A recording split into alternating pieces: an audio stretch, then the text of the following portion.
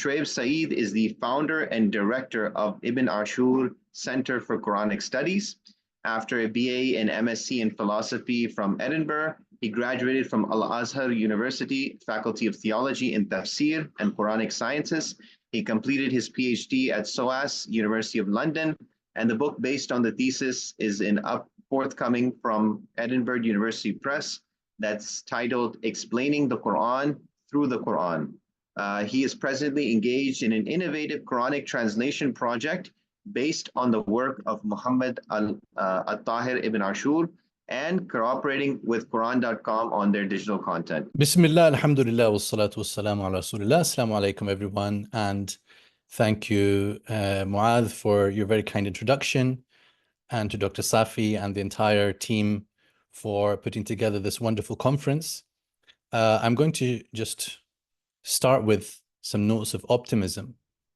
And really, I want this presentation to have a mostly optimistic character, because in general, I think that we should always look on the bright side as far as possible. Yes, we can think about umum al-balwa and maybe how widespread the potential problems are, and even the problems that we will face along the way, we definitely need to think about. But before anything else, we need to dream and strategize as much as we can. And here we have this opportunity to come together, people with various different specialisms, to talk to each other. And this is exceedingly rare. It is an opportunity that really needs to be created artificially, because, you know, we might come across each other in the masjid, but we oftentimes are not sharing what we have, our experiences, our learning, our technical skills. We need to bring them together. I sometimes show up at tech conferences just to see what's going on, and I find that people are working on questions around the Quran. And then I find that someone is doing something about semantic similarity between different verses in the Quran, and then they mention that they use Tafsīr ibn Kathir. So then I ask them, why did you use Tafsīr ibn Kathir? They say, because I don't know anything, I don't know any other tafsir. So I said, this is why we need to have talked before you got to this point, so that we can actually ensure that all the research that we're doing is informed in the best way.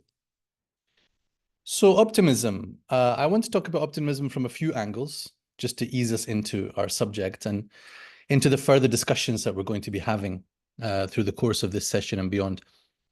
Number one, I'm optimistic that tafsir has a future. And actually, I think that I'm speaking mostly to a room full of optimists here. But for those who are in the field of Quranic studies, in tafsir, there are many who are far more pessimistic about that. Maybe not out loud, but certainly in the way that they act towards the field, that tafsir has been done. It has been completed. You know, we have many, many books. They say what needs to be said. Anything that was going to be said that was of any use has been said already. And all we have to do is to benefit from what has been done in the past. Of course, this was not the attitude of all those people writing those books. Century after century, they kept writing, they kept producing, and sometimes introducing new methods of analysis and using new tools. So it should not be so strange that we continue to do so. So I think that tafsir has a future. There are new questions to be asked and new questions that are being asked, whether we like it or not. We can answer those new questions, and we can perhaps provide new answers to old questions. I'm optimistic about these things.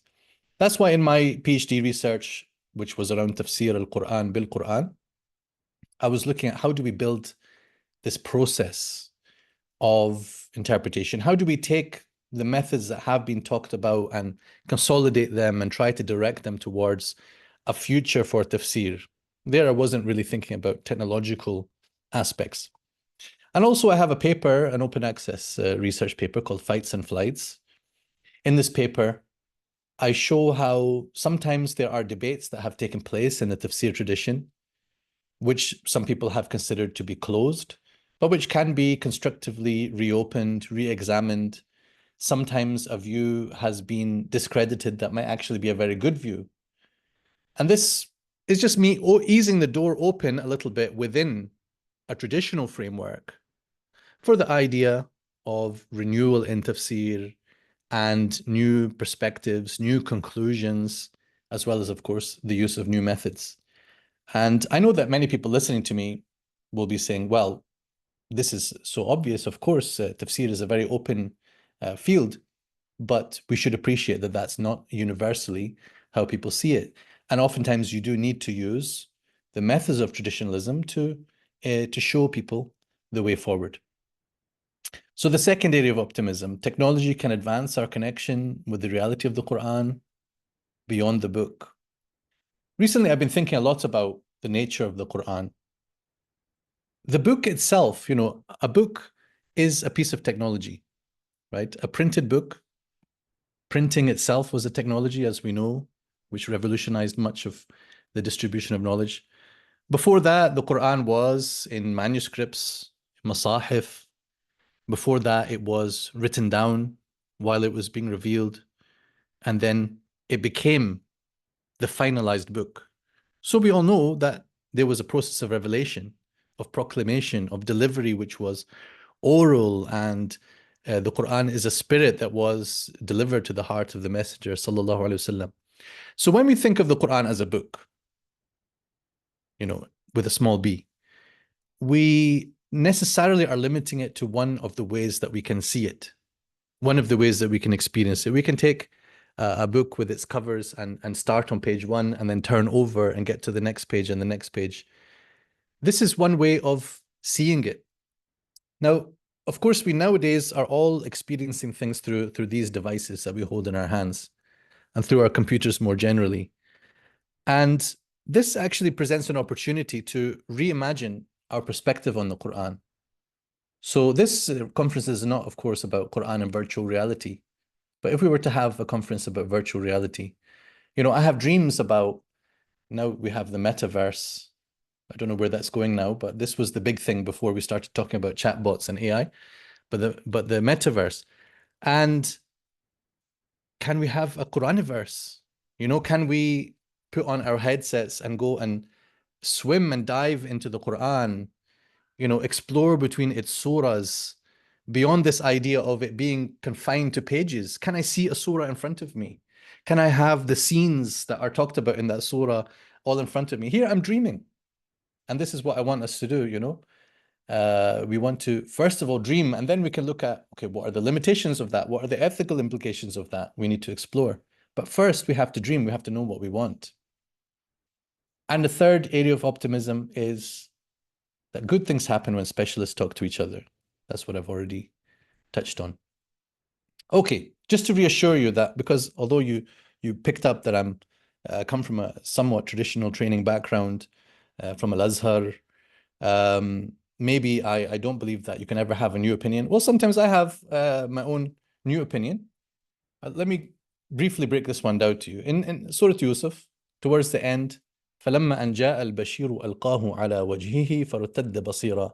You know the story that Prophet Yusuf alayhi salam, he gives his shirt to his brothers after all that has happened. It says, take this and cast it over my father's face and he will become seeing again, because he had lost his sight through all that grief. I hope that you know the story.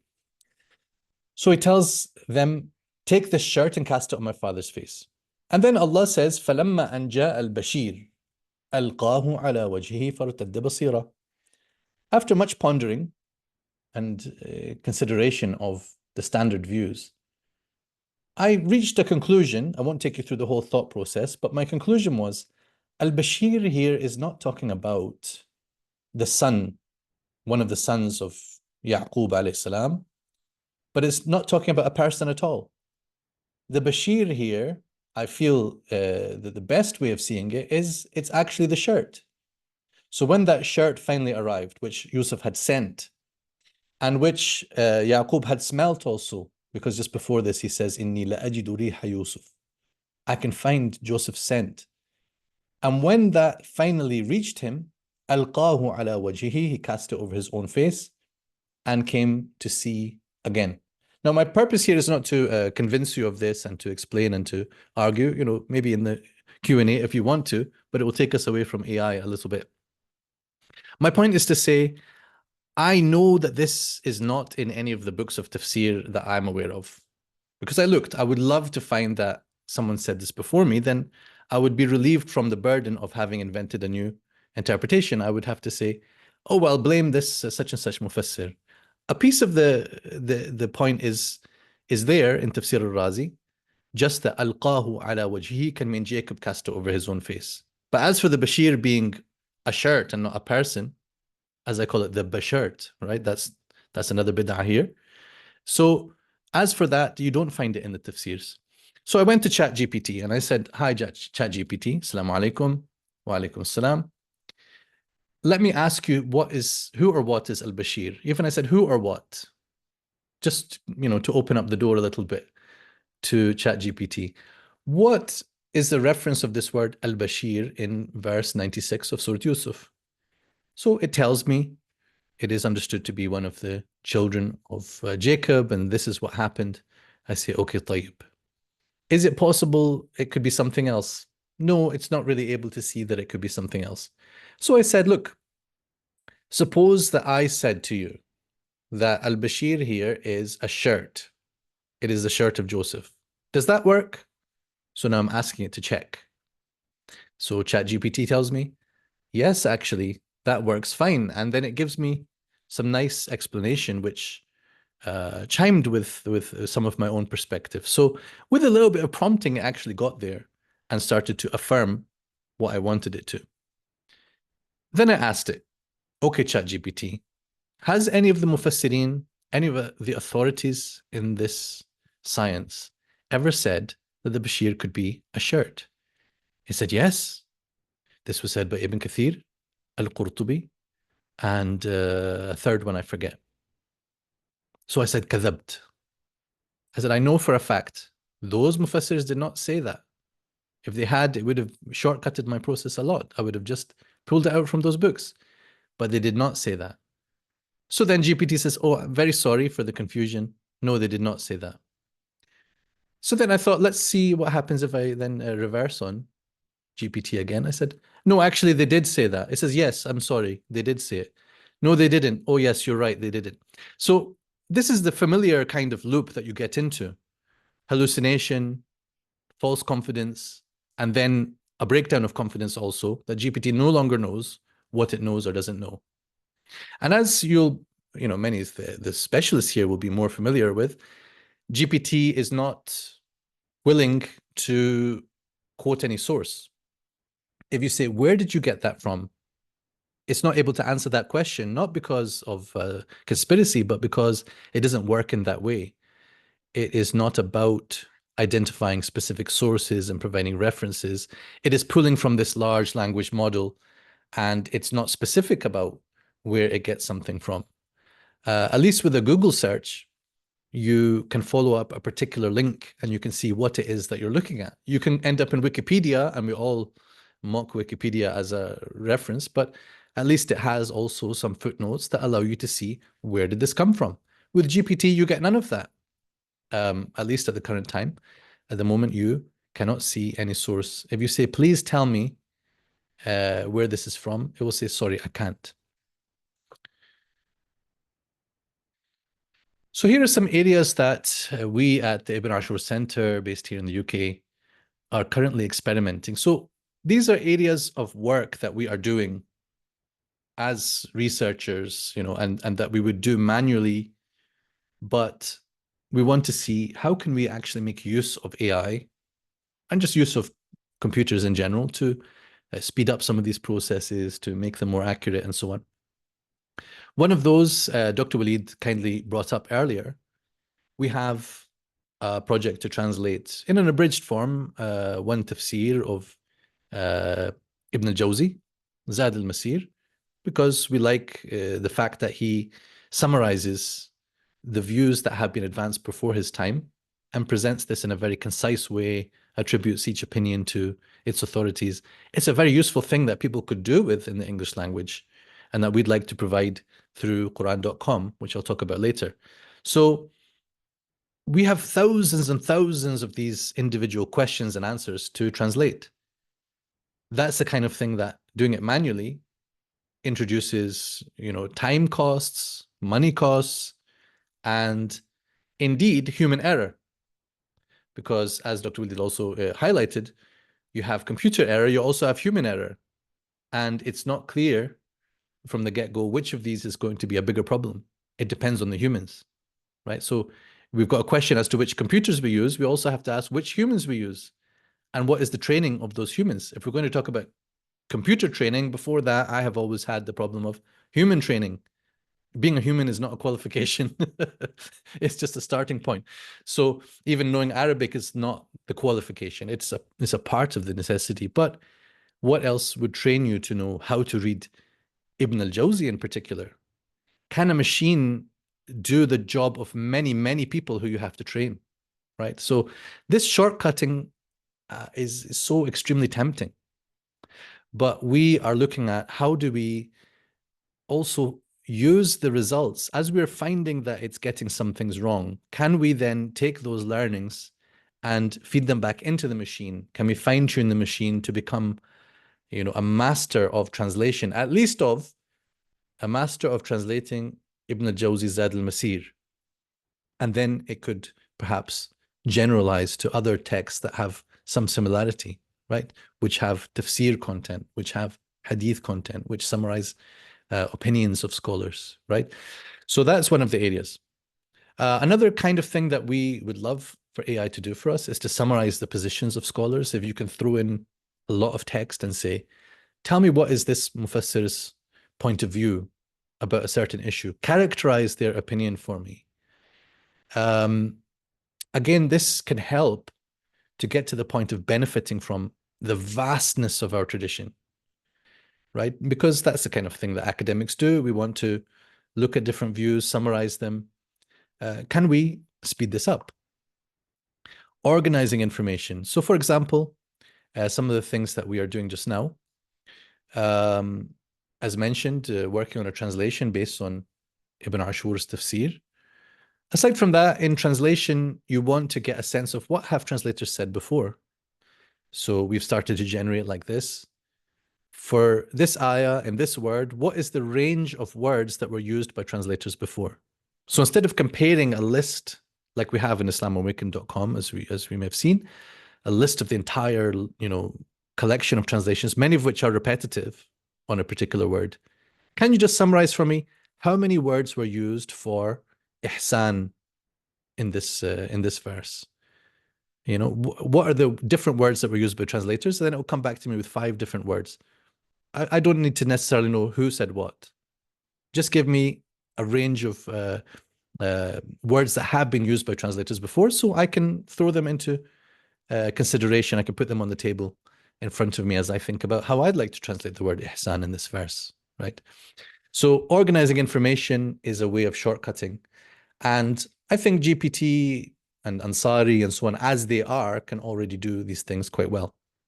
And then attempting to translate according to linguistic directions. This is the more ambitious one, which I'm coming to the ambition at the end of the presentation.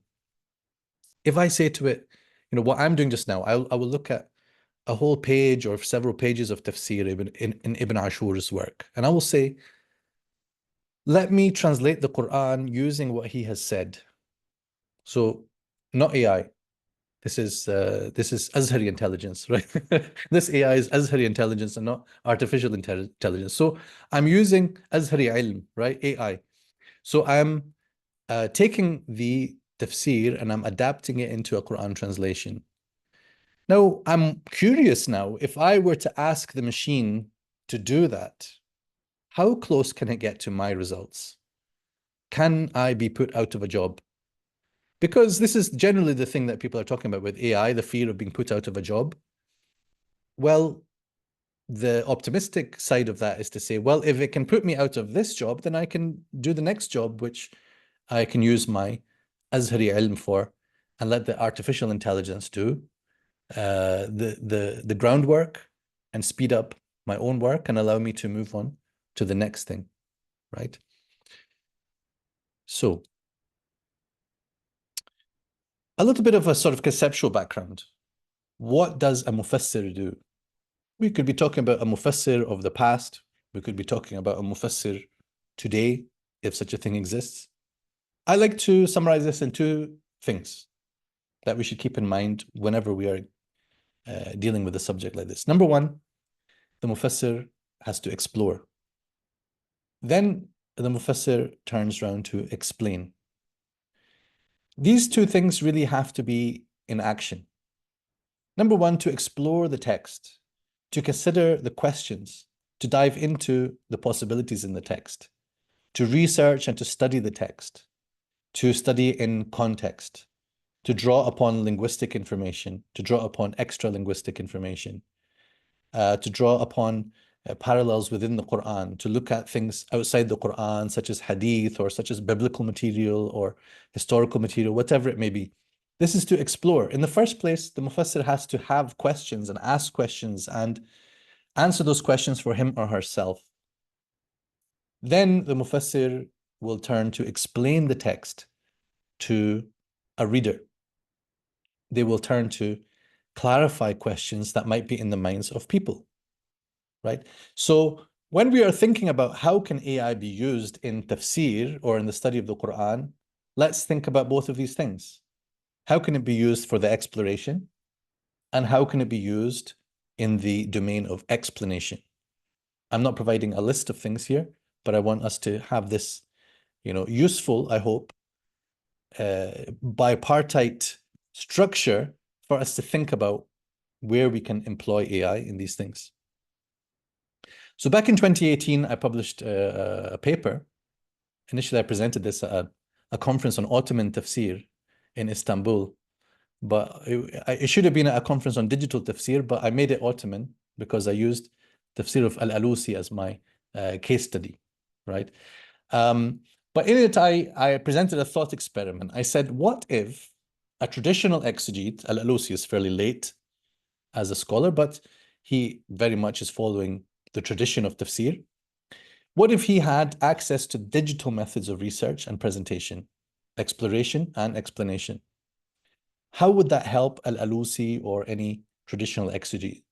How would it help him to do his work? And how would it help us to benefit from his work? So in this paper, and I don't want to go through in depth, but just to raise some of the points that I have touched on, some of the key ideas which I outlined. Number one, the question-centric approach. This I already touched on in the last slide when I said a mufassir has to have questions in their mind. And in reality, I believe that all tafsir is the answer to questions about the meaning of the Quran. I'll repeat it. All tafsir, what tafsir is the answer to questions about the meaning of the Quran. So that framework allows us then to start categorizing tafsir in a uniform way and to start analyzing it and breaking it down into the types of questions that tafsir is dealing with. So the second bullet point here is that some of those questions are to do with the text itself, about the language, the words, the constructions. Some of them are to do with a stage prior to that, which is what I call the pretext, but generally we would call the context of the ayah.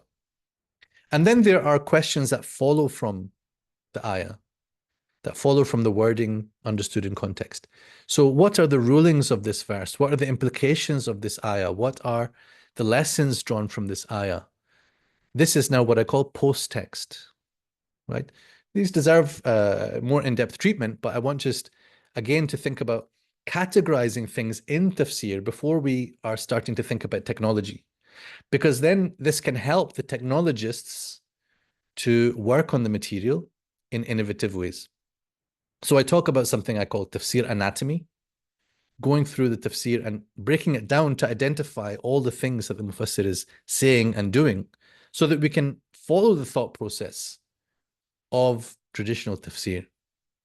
And there's a project which I'll mention. I'm not connected to it, although I went to a conference that they organized in Germany. You can find it at tafsirtabari.com. It's called Linked Open Tafsir. This goes part of the way to what I'm talking about, which is digitally sectioning work of tafsir, in this case, tafsir of al-Tabari. And this was a massive project in Germany, which I think had not yet factored in artificial intelligence, as I understand it. So if someone were to go and do a follow-up to that project, it may actually be very useful. I touch on identifying text reuse through digital methods and identifying what's new in each tafsir, creating connections within the Quran between one ayah and other ayat. These are things which, of course, the human minds do, the scholars do, but a machine can do maybe more rigorously and more consistently, and therefore we can have stronger results if it would bring up all the things that are relevant when you are looking at a particular ayah. What are the other ayat that are relevant? As a human mufassir, I may remember some things and forget other things. The machine, we hope, would be able to pull up everything that should be thought of while investigating a particular ayah. And also the computing method starts to open up the idea of user participation, feedback, catching errors, but also perhaps adding new questions which need to be pulled into the system and addressed. So a lot of the work that I do is with Quran.com through an organization called Qur'an Foundation. And we have the the honor of serving Qur'an Foundation as one of its key content partners, and to also deal with and assess the challenges of producing new content on Quran.com, because of course there's no such thing as the official website of the Quran, but if there were, we would expect it to be Quran.com. So we try to act as if we have that burden and responsibility. We're not just another Quranic website. We have to act with the level of responsibility as if we had been appointed to represent the Quran officially, which nobody, of course, could claim.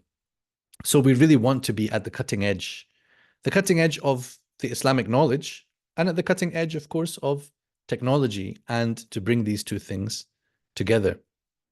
So when people come to the Quran.com, there are two types of questions that I want them to be able to answer. Number one, I want them to be able to ask the Quran for answers to questions in their life.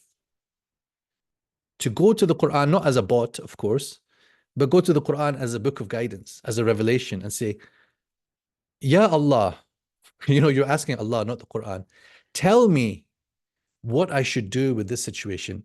Give me the comfort and the guidance that I need for my life. And that's what Dr. Walid is saying, that with Ansari, people are coming and asking these kinds of questions. Give me an ayah which can help me with this situation. That's a very low-level, simple question. But can we start to see the machine as containing whatever it can contain of the Quranic guidance? And then you ask the Quran for answers, and you get the answers from the Quran. This is the direction that I want us to think of. I put this picture of a brain because, I don't know, I was thinking about this as making the slides, that the Quran is more than just a book. This is what I started with. You are asking the Quran, you are engaging with the Quran, you have a relationship with the Quran. Nobody can have a relationship with a physical book. You're having a relationship with the contents of that book, which is an intelligence, a supreme intelligence, right?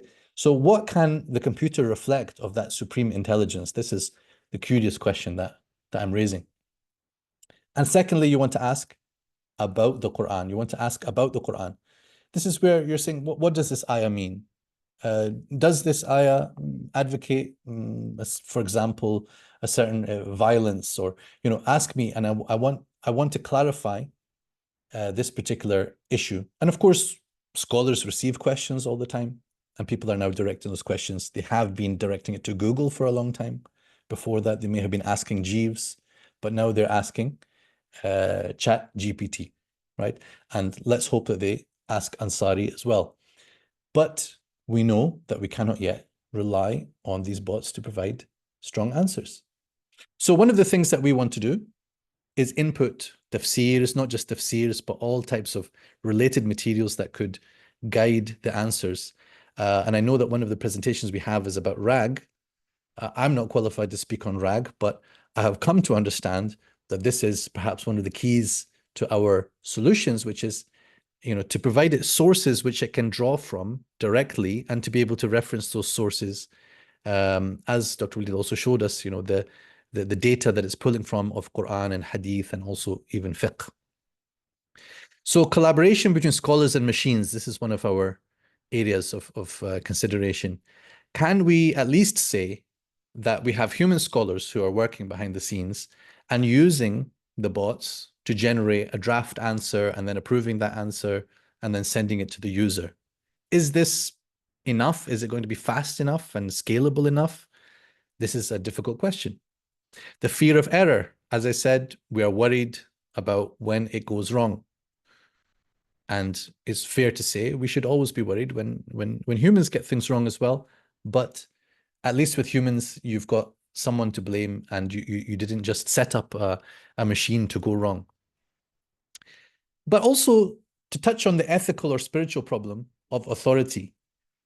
I have a deep-seated discomfort with the idea that I would go to a machine and ask it for religious guidance, and then it would give me religious guidance, and I would take that. This is like istifta and fatwa. In this case, like tafsir. When we all have our individual responsibility, but part of that is also to ask the right people. And is it okay to ask a bot? What if that bot is somehow overseen by authorities and specialists in Quran and tafsir? Would that solve the problem? I'm just raising the problem rather than trying to solve it in this presentation. So here, I think, is my last slide. Here's al-Tahir ibn Ashur. He is not, of course, an artificial mufassir. He was very much an organic mufassir, grown in the soil of Tunisia and from the depths of tradition, watered from an entire genius of 14 centuries of authorship in tafsir. But what I'm wondering about now is, could I have a machine that somehow behaves like al-Tahir ibn Ashur? If I fed the entirety of his tafsir into a machine, can that machine now, in a way, represent him? At least what it could probably do is quote back some relevant things from his tafsir. That would be great. But can we perhaps go further than that? Training. A real, genuine mufassir who's not artificial has to be trained. What kind of training can we make the machine undergo? How quickly can it be done? How effectively can it be done? Quantity. The number of books that a person has to study. Can we put all those books all at once into the machine? What would happen? I don't know that it would work, but I'm just saying what would happen. That's the question. Consistency. A human being has on days, off days. Al-Tahir ibn Ashur's tafsir is a work of genius, no doubt. But while studying it, often find that, over here, he sort of went against what he said over here. Maybe at different moments when he was writing, he had a different perspective on something or was in a different mood. He overlooked something. A machine, I presume, would be automatically more consistent. That might be a good thing. It can make analogy as well. Oftentimes I see that al-Tahir ibn Ashur, for example, he makes this really interesting analysis in a particular ayah, and he shows me a method and a way of thinking. And then when I come across another ayah, he doesn't say the same thing, but I take his idea there and I apply it over here. And I say, wow, that really works.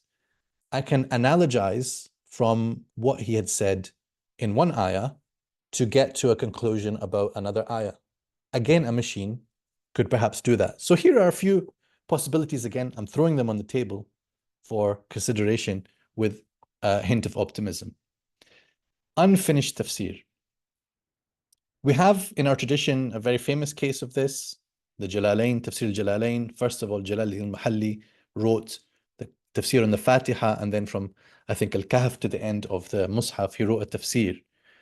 then passed away, and along comes Jalaluddin al-Suyuti, and he completes the tafsir from the beginning, Al-Baqarah to the middle of the Quran.